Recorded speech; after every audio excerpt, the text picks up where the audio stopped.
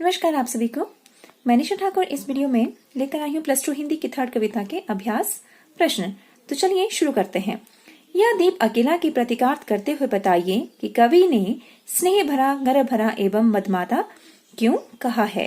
तो इसका उत्तर रहेगा कि कवि अगे ने दीपक को स्नेह भरा अर्थात तेल भरा इसीलिए कहा है क्योंकि दीपक में संघर्ष करने की बहुत क्षमता है, और उसे गर्व भरा इसीलिए कहा है क्योंकि उसका सिर कभी भी नीचा नहीं होता है और वह अभिमान होकर जो है अभिमान से झूमता रहता है, वह मस्ती में झूमता रहता है अर्थात गर्व भरा हुआ अभिमानी। दीपक को इसलिए अभिमानी बताया है क्योंकि उसका सिर कभी नीचा नहीं होता है और वह जो है अपनी ही मस्ती में झूमता रहता है। और कवि ने दीपक की लौ को चंचल बताया हुआ है क्योंकि दीपक की लौ हिलती जुलती रहती है।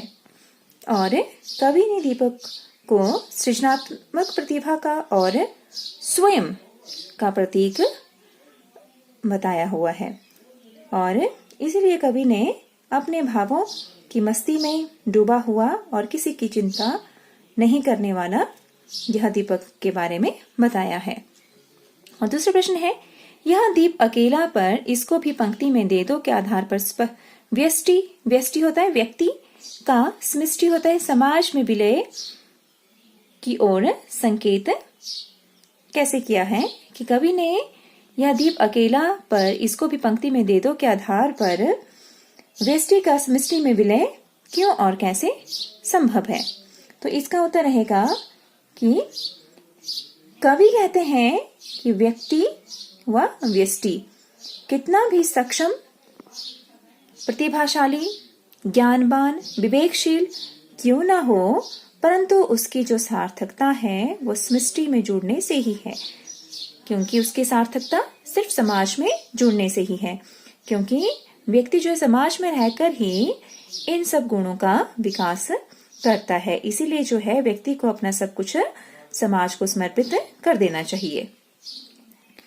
तो चलिए तीसरा प्रश्न है, गीत और मोती की सार्थकता किससे जुड़ी है। बहुत ही इसका आसान सा जवाब रहेगा, जैसे कवि को गीत लिखने के लिए अपने तथा समाज के मन में गोता लगाना पड़ता है, और कवि जब गीत लिखता है तो कवि को भी जो है अपने और समाज में गोता, समाज के जो मन है उसमें गोता लगाना पड़ता है, क्योंकि इन समाज को देखकर ही कवि रचना करता है। और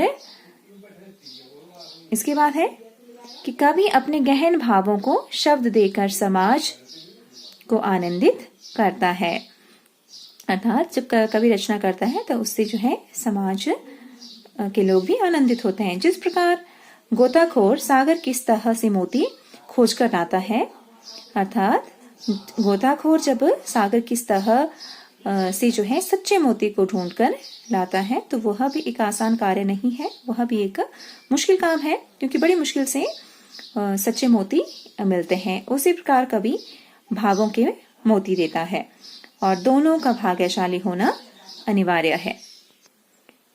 अगला प्रश्न है, यह अद्वितीय, यह मेरा, यह मैं स्वयं विसर्जित पंक्ति के आधार पर व्यष्टि का समष्टि में विलय क्यों और कैसे संभव है। तो चलिए इसका उत्तर समझा देती हूँ मैं आपको।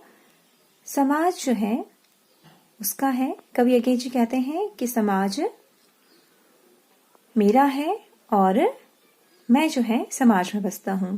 तो इसका उत्तर आप लिखेंगे कि कवि कहते हैं कि समाज उसका है और वह समाज में बसता है, यही कवि का विस्तार है। और यदि जो है व्यक्ति समाज को अपनी सीमा नहीं अपना विस्तार माने तो वह अच्छे से समाज को सुदृढ़ कर सकता है। अगला प्रश्न है, सागर और बूंद से कवि का क्या आशय है। मैंने देखा एक बूंद का ये पहला क्वेश्चन है कि सागर और बूंद से कवि का क्या आशय है। तो कवि ने जो है सागर को संसार और बूंद को मनुष्य का प्रतीक बताया हुआ है, और व्यक्ति जो है कवि कहता है कि तभी वह महान बन सकता है जब व्यक्ति को परमात्मा का प्रकाश मिले। बस इसका सिंपल सा जवाब रहेगा कि कवि ने सागर को संसार का और बूंद को मनुष्य का प्रतीक माना हुआ है। और कवि ने इस कविता में यह कहा है कि व्यक्ति तभी महान बन सकता है जब परमात्मा का उसे प्रकाश मिले।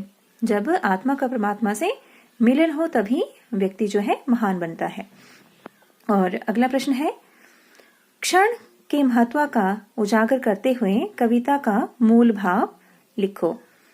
इसमें जो है क्षण के महत्व का उजागर करना है। तो इसका उत्तर रहेगा कि जीवन का सत्य क्षण भर के उत्कृष्ट अनुभव में ही पाया जाता है।